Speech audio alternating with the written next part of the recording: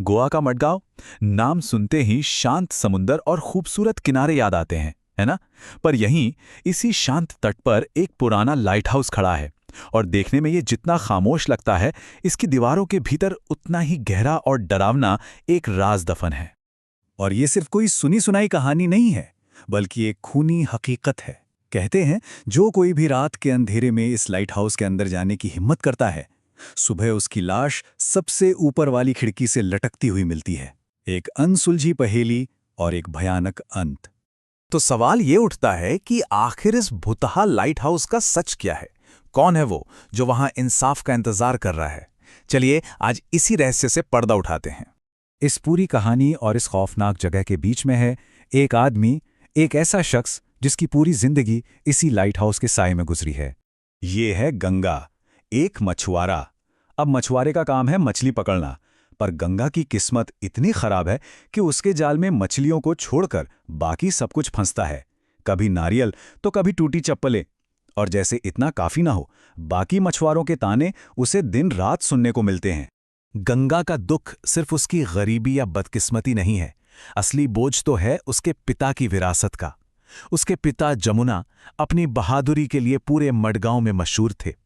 लोग उन्हें समंदर का शेर कहते थे। और उनका बेटा गंगा, उसे सब डरपोक कहकर चिढ़ाते हैं।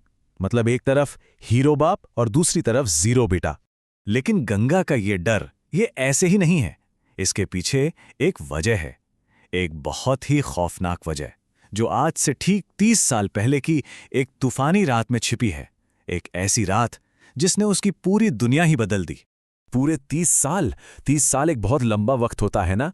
पर गंगा के लिए वो रात कल की ही बात है। उसका जख्म आज भी उतना ही ताज़ा है, उतना ही गहरा। जरा सोचिए, एक छोटा सा बच्चा, बाहर भयंकर तूफान है और वो अपने पिता के साथ लाइट हाउस के टॉप पर है। और तभी वो दीवार पर कुछ देखता है। 2 नहीं बल्कि 3 परछाइयां। और जो तीसरी परछाई है वो किसी इंसान की नहीं है।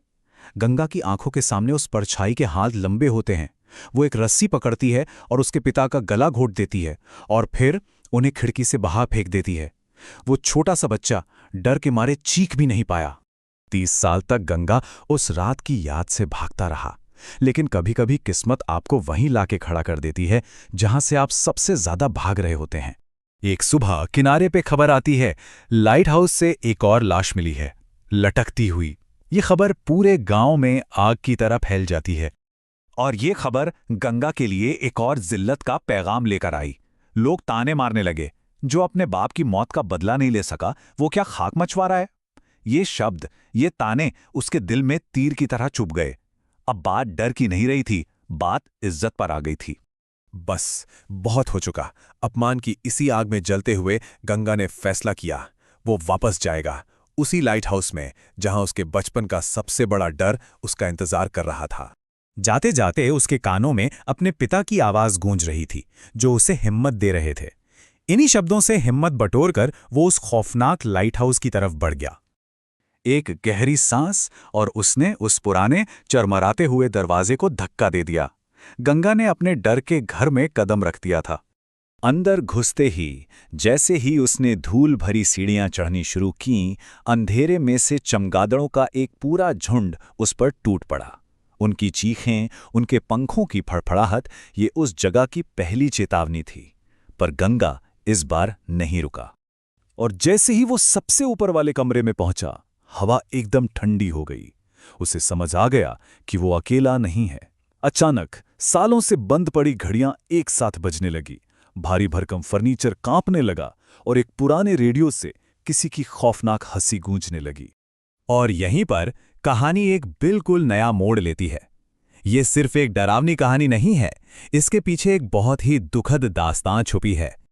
उस हंसी के पीछे धुएं से एक चेहरा बनने लगता है। ये कोई राक्षस या शैतान नहीं है, ये एंथनी नाम के एक आदमी की आत्मा है।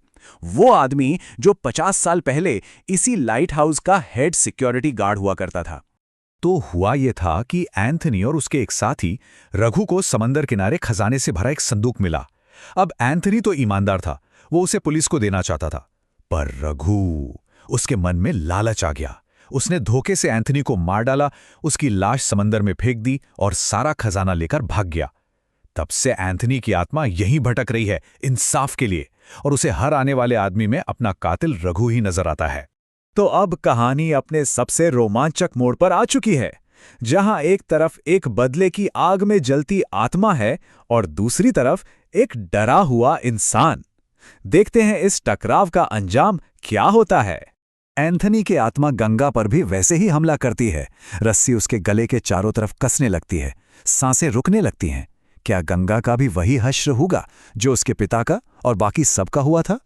लेकिन तभी कुछ ऐसा होता है जिसके बारे में किसी ने सोचा भी नहीं था। गंगा को मौत के मुंह से बचाती है उसकी फेनी की बोतल। मतलब कमाल ही हो गया। जैसे ही उसका दम घुटने लगता है, वो घबराहट में अपनी फेनी की बोतल हवा में उछाल देता है, पर बोतल नीचे नहीं गिरती, वो हवा में ही रुक जाती है। और एंथनी की पूरी आत्मा एक सफेद धुएं की तरह खिंचकर उस बोतल में कैद हो जाती है। उसी पल गंगा को पता चलता है कि उसके अंदर आत्माओं को वश में करने की एक अनदेखी शक्ति है। गंगा ने अपने 30 साल पुराने डर पर तो जीत हासिल कर ली, पर इस जीत ने एक नया सवाल खड़ा कर दिया। एक मछुआरा जिसे पूरी दुनिया डरपोक समझती थी, उसके अंदर आत्माओं को कैद करने की ये रहस्यमयी शक्ति आई कहां से? ये एक ऐसी पहेली है जिसका जवाब शायद किसी और तूफानी रात में छिपा है।